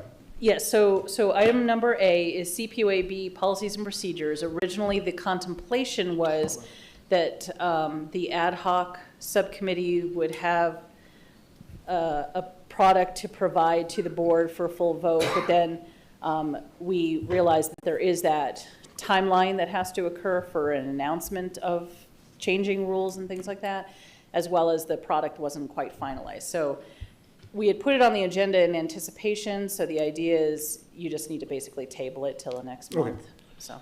So yeah, with that, because that's not in my agenda. So then, yeah, I assume we get, council, we need to make a motion to table it. Is that correct? Yes, Mr. Chair, I would suggest just making a motion to table till the next meeting, probably. Then I do make a motion to table the CPOA-B's policy and procedures discussion to the next board meeting. May I get a second? I second that motion. Thank you, Vice Chair Calderon. Ms. Burrell, can I get a roll call vote, please? Chair Bolianis? Approved. Member Budenaro? Approved. Vice Chair Calderon? Approved. Member Weimer? Approved. Thank you, Mr. Chairman. That motion passed unanimously. Thank you, Ms. Burrell. Now we will move on to the APD policies and then recommendations. Sorry, Mr. Reamer, if you want to run us through the policy recommendations here. Absolutely. So just today, starting with SOP. Mr. Reamer, give me 1 second, hold on. So this would be for SOP 1-83, formerly 5-9, and 5-10, the Real-Time Crime Center, for the record. Yes. Thank you, sir. Appreciate it. Yes. So there was, in particular, a very specific recommendation to the Directive 183-4D3C, which talks about how people in the, or the personnel in the Real-Time Crime Center should communicate or voice officer safety information identified during history checks or video review as soon as it is discovered, regardless of whether responding officers are on scene or still en route to the call for service. So just to provide additional context for that, that is, while officers are going to a scene, people at the Real-Time Crime Center will be reviewing what they're going to see, and then if they find any information either through video or through a history check that they think is important for the officer to know regarding the officer's safety, they'll communicate that information. We are recommending that we broaden that language such that it incorporates not only officer safety, but just community safety and safety in general. And that can be done pretty easily by removing officer from the directive. We also included or concern, which may be redundant, but that's what's presented in the example language in the report. Through communication from APD about when this has been brought up or talked about before, is that community safety is already implied in when it says voice any officer safety information identified. The community safety is implied in that. Well, if it's implied, it might as well just be stated to make it very clear that, and this is kind of in line with, if you guys remember this is not a completely similar situation, but it's in line with the recommendations we made towards SWAT when it comes to communicating information over the radio, not when it just has to do with officer safety, but also community member safety. So pretty straightforward recommendation there, and happy to answer any questions or take any recommendations for how it could be potentially improved. So from our discussion there was to, make it more streamlined, pretty simple as that. I think what Mr. Reamer has done to make it more concise and more to the point, I think it does well for us, and I think that recommendation should be sent off to APD. Yeah, I fully agree. Yeah, I mean, more communication and around community and just community as a whole, which includes officers, is to me a no-brainer. So yeah, absolutely. So, awesome. All right. Do you want to make a motion? I make a motion that we move forward with the recommendation, and we have the CPOA, or request the CPOA submit this on our behalf for SOP 1-83, Form 85-9 and 5-10 for the Real-Time Crime Center. May I get a second? Seconded. Thank you, Chair. Ms. Barrera, may I get a roll call vote? Chair Bolianis? Approved. Member Budenaro? Approved. Vice Chair Calderon? Approved. Member Wemark? Approved. Thank you, Mr. Vice Chairman. That motion passed unanimously. Thank you, Ms. Barrera. With that, we'll be moving on to the next item, which will be SOP 1-89, the new NEST SOP for Neighborhood Engagement and Support Team, in parentheses NEST. Mr. Reamer? Yes, so this was discussed earlier briefly by Commander Nora has been talking about the enforcement mechanisms when and the team that works with the unhoused. We made quite a few recommendations on this policy, but during the policy subcommittee, we came up with one. During discussion, we found another area of improvement. I have a first note on the report about the city and APD are also working to revise and update the city of Albuquerque's policy for responding to encampments on public property. That's a document that they post on the city's website. The last one became effective on December 16th, 2024. In PBRB, they mentioned that they were updating that, so I just wanted to make sure that the board was aware, because that's the public-facing document that the city posts. And it should, of course, be in line with this SOP. So when it comes out, I'll verify that. But just so you're aware, when it comes to the recommendation, the specific directive we're talking about is 189-4A2. And it specified that NEST personnel shall participate in daily briefings with solid waste to review response locations. But when considering this, we kind of thought that it might not always be feasible for everyone who participates in a NEST response, in one of these responses, to be in the briefing, right? Particularly the people, the sworn officers who do the preliminary checking for safety and setting a perimeter. It's very reasonable to expect that they won't always be attending those briefings. They're simply going to be called from the field or wherever it may be to help out when locations are selected. Going more specifically to the recommendation, these encampment enforcement actions have led to use of force incidents stemming from officers taking law enforcement action, such as requesting identification, looking for people with warrants, outside the scope of the intention of NEST actions. And just to provide some context here, NEST is pretty clear in its policy direction that this is the sworn actions taken during a NEST response aren't meant to be looking for criminal activity or any, they're more supplemental in providing security to just deal with the encampment itself.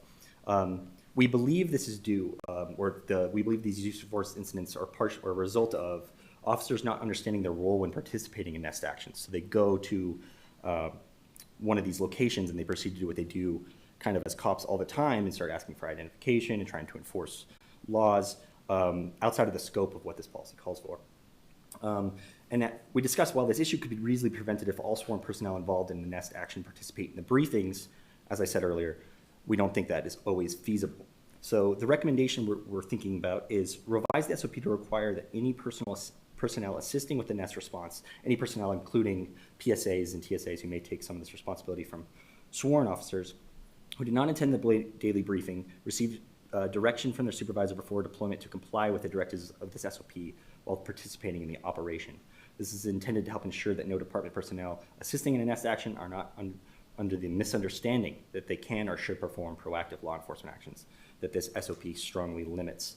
So I apologize for the formatting here, but I did provide two potential ways of phrasing this language within the policy. So there's first, add a new section to 189.4F. NEST sergeants shall inform all department personnel assisting with a NEST response who did not intend the daily briefing to comply with the directives of this SOP prior to their arrival, or, and this is a little bit more in line with the language that you can find that is in the policy itself, where they use the verb ensure. Ensure all department personnel assisting with a NEST response who did not attend the daily briefing are briefed on and know to comply with this SOP before arriving on scene. And that clears up some of the instances where, from the use of forces, where officers were under the understanding that, or they said that they didn't know they weren't supposed to be taking law enforcement actions. And as just kind of an extra, kind of a more of a policy point, if it is true that not all the NEST personnel, which we think it is, that will be able to attend these daily briefings, then the policy should be more clear about that. Participating in daily briefing, if feasible, if they can't all attend, it's not feasible, or that policy should just be more specific to which personnel actually attend those briefings, and just be deliberate on that point, just kind of cleaning up the policy language there. So happy to ask any or answer any questions or take any recommendations. So yeah, we couldn't decide on either or, so we brought both to the board. I think you could technically submit all of it, correct? Yes. Okay. So there's no really, you don't have to decide either or, but decide whether we just want to submit both to APD, let them decide from there based on their experience. Yeah, I think submitting both will be fine. I guess I'm leaning more towards option number 2. Just to, because I think that's a little bit more specific of knowing how to comply, and then also specify, and I really like the last sentence is, specify the personnel who shall always participate.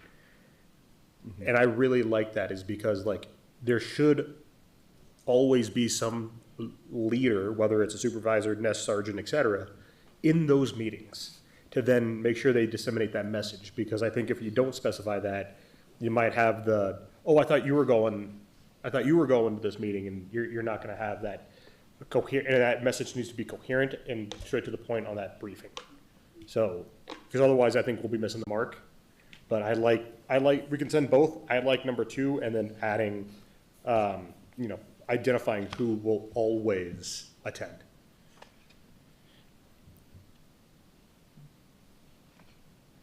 I totally agree, and I think we can submit both of the sample languages, and then APD may decide, even if they agree with our recommendation, to write it a different way. That's totally fine. And when it comes to the specify the personnel, it may not be a fix in this exact directive, because the problem is it says NEST personnel, but nowhere in, so it says NEST personnel shall participate in daily briefings. It's hard to know whether the NEST personnel encompasses all the people that are going to be helping out with that enforcement action, right? So they might just have to define what NEST personnel means, or they could just put in that directive the specific people who always attend. And they need to do that as definitions, and I think that's a lack in some of the APD policies, is when they put in site definitions, they don't do it holistically and completely per policy. So that's something that's just a thing that I've noticed. And this is a new policy too, so things, it's always harder to craft from scratch. If you put it in the definitions, then that's easy, right? Then it's whatever. Versus definition. So. Questions, comments? Perfect. So with that being said, I make a motion that we submit both recommendations, or that the CPOA submits both recommendations on our behalf. For SOP 1-89, the new NEST SOP Neighborhood and Regional Support Team. May I get a second? Seconded. Thank you, Chair. Ms. Butler, may I get a roll call vote, please? Chair Bolianis? Approved. Member Budenaro? Approved. Vice Chair Calderon? Approve. Member Wemer? Approved. Thank you, Mr. Vice Chairman. That motion passed unanimously. Thank you, Ms. Butler. I can continue. Thank you, Mr. Reamer. Appreciate that. Thank you. That's all on your behalf, right, for now? There's nothing else? I'll stay up here for the recommendations? responses. Okay, cool. So let me go to my non-recommendations, okay? So give me 1 second. So for the following agenda item, for no recommendations, the following policies have no recommendations from the CPOA or the CPOAB. That's going to be for SOP 1-28, formerly 4-3, the downtown unit, SOP 1-37, formerly 2-13, and formerly 2-19, crisis Diversion Program, SOP 1-72 Organized Crime Unit, SOP 1-97 Data Analyst Division, SOP 2-32 Exposure to Blood or Bodily Fluids, SOP 2-39 Field Services Bureau Response to Demonstrations, Incidents, and Events, SOP 2-42 DWI Investigations, Revoked or Suspended Licenses, SOP 2-49 Vehicle Identification Number VIN Inspections, SOP 2-70 formerly 2-16 Execution of Search Warrants, SOP 2-80 Arrests, Arrest Warrants, and Booking Procedures, SOP 2-88 Bait Car and Property Program, SOP 2-90 formerly 6-2 Background Investigations, SOP 2-96 Clandestine Drug Laboratory and Indoor Marijuana Grow Site Investigations, SOP 3-17 formerly 3-55 Duty Assignments and Transfers, SOP 3-50 Forms Control. Those policies have no recommendations from CPOA or CPOA-B. With that, we'll move on to the next agenda item, which will be the AP responses to policy recommendations. And Mr. Reamer. Yes, thank you. So we have 4 policies, but quite a few responses within them, but I can be efficient when it comes to breaking down. When they concur, I can be a little faster on those ones. So on SOP 164 K9 unit, we recommended for Directive 164.5B2FV, add limiting language or examples to this directive, where it says F, deploy the PSDs, police service dogs, in the following circumstances. V, to locate individuals suspected of committing a misdemeanor crime involving violence, threatened violence, or a credible ongoing risk, when the K9 unit sergeant approves a search based on the totality of circumstances. But prior to that, it was just based on the totality of circumstances. The response was that it was a concur in the language which was incorporated. Although I will say that in PPRB this week, this partner policy for the K9 unit, 23 it is, it's use of the K9 unit, echoed this language, and they repeated it. It didn't go through PPRB. The author wasn't able to, or didn't present that day, so I don't know what the final draft is going to be, but I will say I saw the language in that policy, it said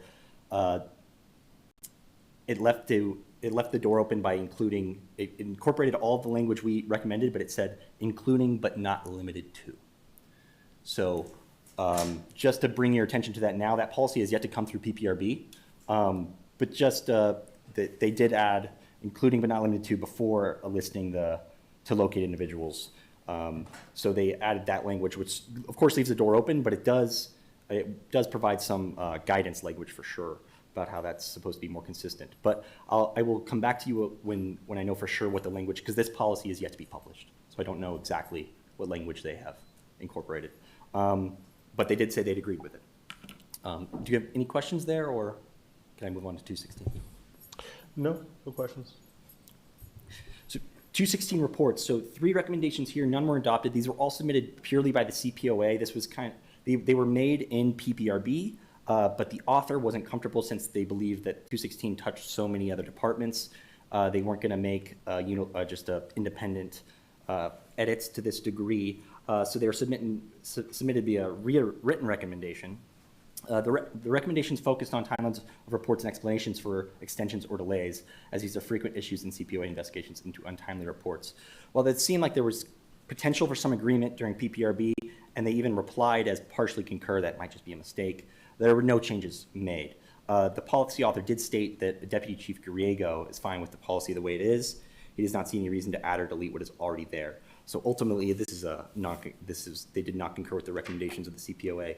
I will say that these recommendations came in from an investigator of the CPOA because, of course, we do deal with a high frequency of allegations of reports being late or extensions not being able to be verified. However, the fix to this is that we just continue to investigate these cases and sustain them when necessary. I can say as the policy analyst, even if you were to write a perfect policy for reports of 216, we're still going to receive violations of it. So whether these while I believe that some of these distinctions would have made it easier on our investigators to investigate some of these allegations into untimely reports, I don't know if they would have made a huge difference in the amount of violations that we see. So there's no non-concurrence there, and I'm happy to stand for questions or anything from that. One thing that I would think of is let's just save these recommendations for the next time the policy comes around and resubmit them. Yeah, I'm Right? with you. And if they, I mean, if the CPOA is sustaining complaints because of these issues and they're not wanting to address them, cool, all right. I think we just notate that, and every time that keeps happening, you just go back and go, well, we did say you should do this, but okay. So yeah, I think let's just save those for the next ones and just acknowledge, go, thanks for the response. Absolutely, I actually think some of them could probably be tweaked in ways that would make them more adoptable by APD.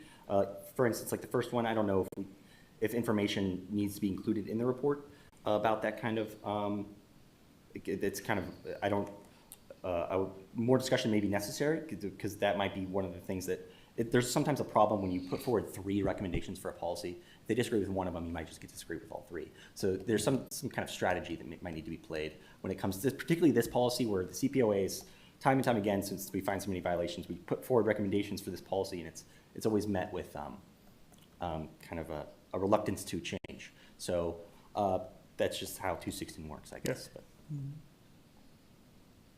I agree. We actually said that in the subcommittee, so. Okay. I love how I'm not even in there and we both know we're saying the same thing. Close. All right. Any other questions for this one? All right, Just my 2 cents. I say we always push document only because I don't want to ever go back to CASA days or never again. So if documentation is what got us jammed up in the first place, anything that we can put in that's going to ensure that we don't revisit it, I think it's a great thing. Absolutely. Yeah, I agree. Sure. All right. The next SOP response, I believe, is SOP 2-33, rights and safety of onlookers. That's right, thanks. So there's 3 recommendations, 2 of them were adopted. The first one had to do with the language about immediate vicinity, and that has to do with if there's an officer dealing with some sort of incident and people gathering around to witness that incident, basically. So revise and add language to the end of the sentence in 233-4A1.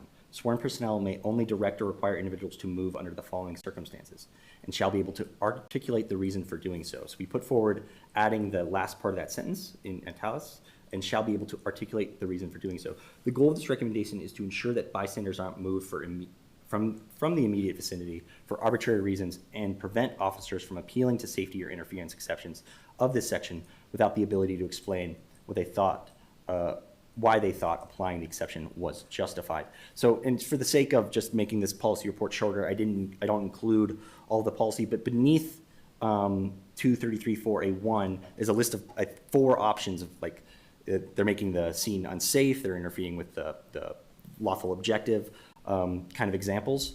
And this is echoed with sometimes in use of force cases too, where we were trying to put forward the argument that an officer while they can ask someone to move away from the immediate vicinity while they're dealing with another subject, when they're getting interviewed, like say if someone complains about them being moved away by officers, when that officer is subsequently interviewed and under investigation about why they do so, they can't just say they were interfering with my lawful duties, right? They have to be able to explain what was happening when exactly. Were they approaching you? Were they screaming? Were they distracting? Were they threatening?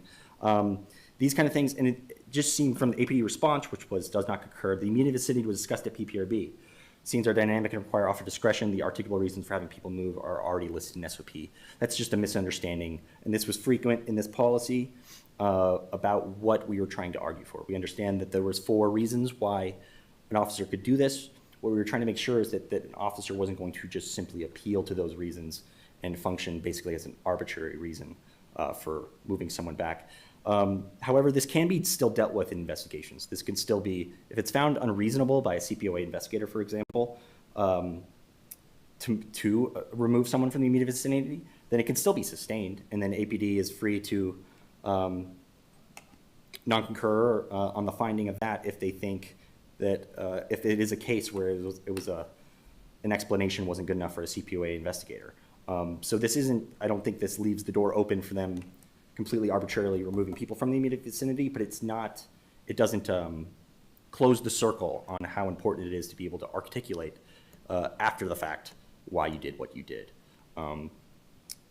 Is there any questions on that one, or can I move on to the next one? I do have a question, but I don't know Yes. if you can answer it, because my question to them would go, well, if it's already identified in both PPRB and in the earlier SOP, why can't you relist it just as a CYA? Well, well, I think they were referring to, they were talking about, I made this argument in PPRB where it was shot down. So they're kind of bringing attention to the fact that this was already discussed, and they're kind of repeating the argument they made in PPRB to me, while still kind of, from my point of view, totally misunderstanding what we were trying to argue. Basically, my understanding is that they think we're pushing that the officers have to do more. Not quite. It's more about being able to explain yourself. And just having that written in the SOP, like we do with many of the use of force policies, to kind of make it clear that an officer can't, because that was the fear of the investigators of the office, that, well, really, you're going to be staring at someone who's just going to tell you, well, they were making the scene unsafe. Can you explain why the scene was unsafe? And if they choose not to, or they just appeal to that emotion of that, or don't have evidence for why they felt that way, that's when problems emerge. But that doesn't stop the CPOA investigator from finding that they make. It just doesn't, it's not written in policy that they have to be able to describe why they removed someone from the immediate vicinity. So that is hopefully I can try to clean it up more if I'm still not making sense. No, the way you're explaining it makes sense. I just don't understand the pushback to be able to use the word articulate, which is a nice way of saying to explain yourself. I guess that's the one that I'm just, and the reticence of them to, remember Budinara's point, is communication and documentation. Like, if we can communicate and document this, we're saving our backsides. Vice Chair Calderon, is this something we want to push up? Because this is one of those, I'm just going, we need more communication. We need this document. It's more documentation than communication. Yeah. Deputy Director? Sorry. No, please. Executive Director. You did it, not me. I didn't say names though. So I think this is a couple of issues, as Mr. Reamer said. The problem I think is in part, the reasons are listed in the policy, and you can correct me if I'm wrong, but the reasons are listed in the policy. So they think that we're saying, list out the reasons when the reasons are there. Where we're kind of coming from is, and I'll use the use of force as kind of a related thing. There's this concept of boilerplate language, right? So because you have 4 things listed in the policy of like obstructing the scene or whatever it says, the idea is you don't just get to say obstructing the scene. You have to say what are the behaviors that characterize or are obstructing a scene. And that's basically what we were trying to get at, is make the department and the officers who are reading this policy understand you don't get just to grab one of those labels. You have to be able to say it's because they were, within the yellow line or the tape line, or they were this or they were that. They have to explain it. In terms of pushing it up again, it's when we investigate these cases, if the officer provides, or PSA or whoever it is, provides information that basically just doesn't hold up, then we wind up, sustaining them. If they provide an adequate explanation in the investigation, then it winds up being unfunded or exonerated. It would be nice to see it documented, and that was, again, with use of force, part of the failure early days of department is the actions they were doing perhaps were correct, but they never provided a sufficient explanation. It was sort of in a vacuum. Or they used a very pat, like, he was aggressive. Okay, well, what does aggressive exactly mean? Or he came at me, or he, whatever. Standard language was being used that became so meaningless because it had no actual definition. So that's where we're coming from with this.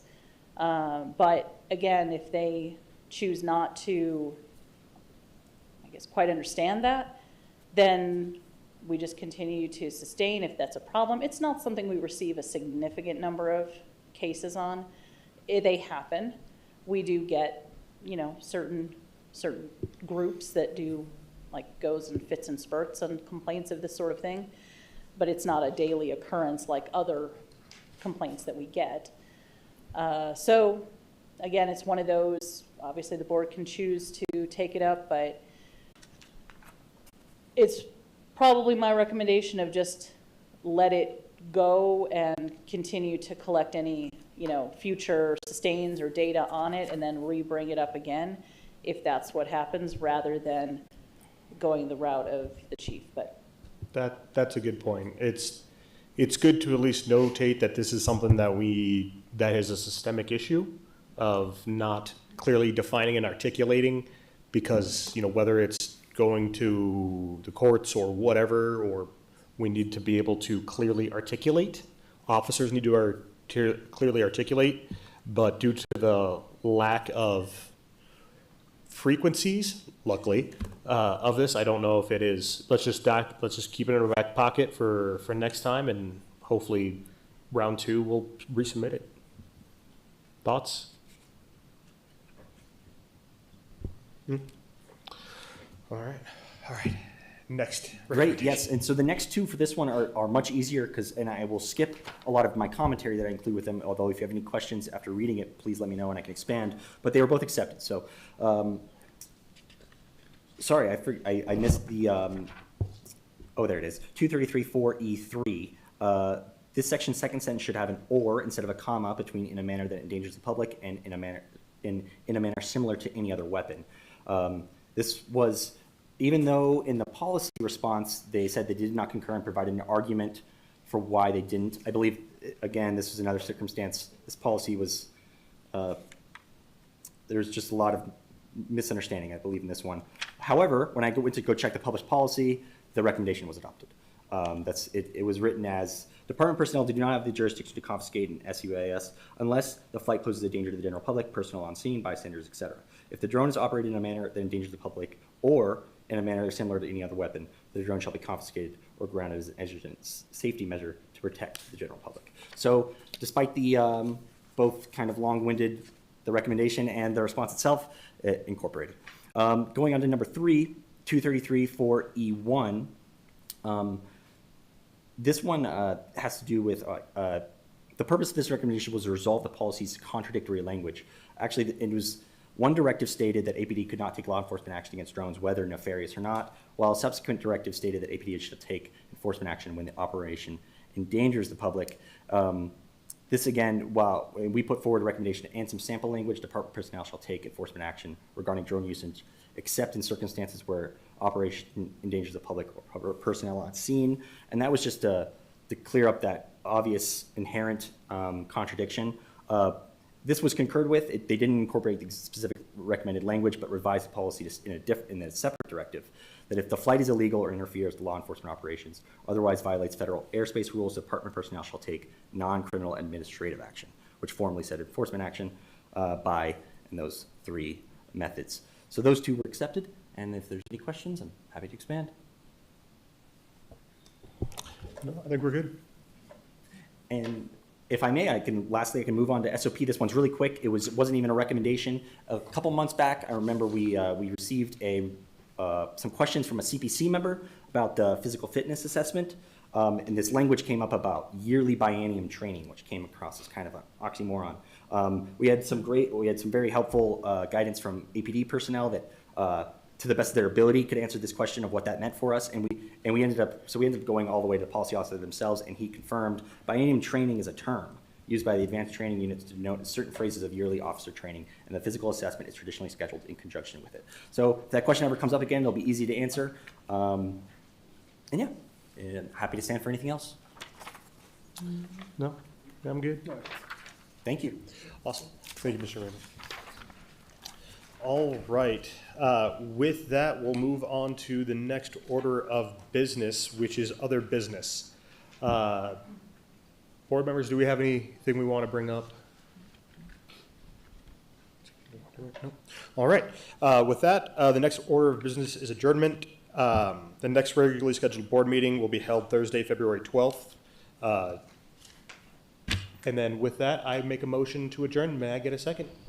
I second the motion. Thank you, Vice Chair Calderon.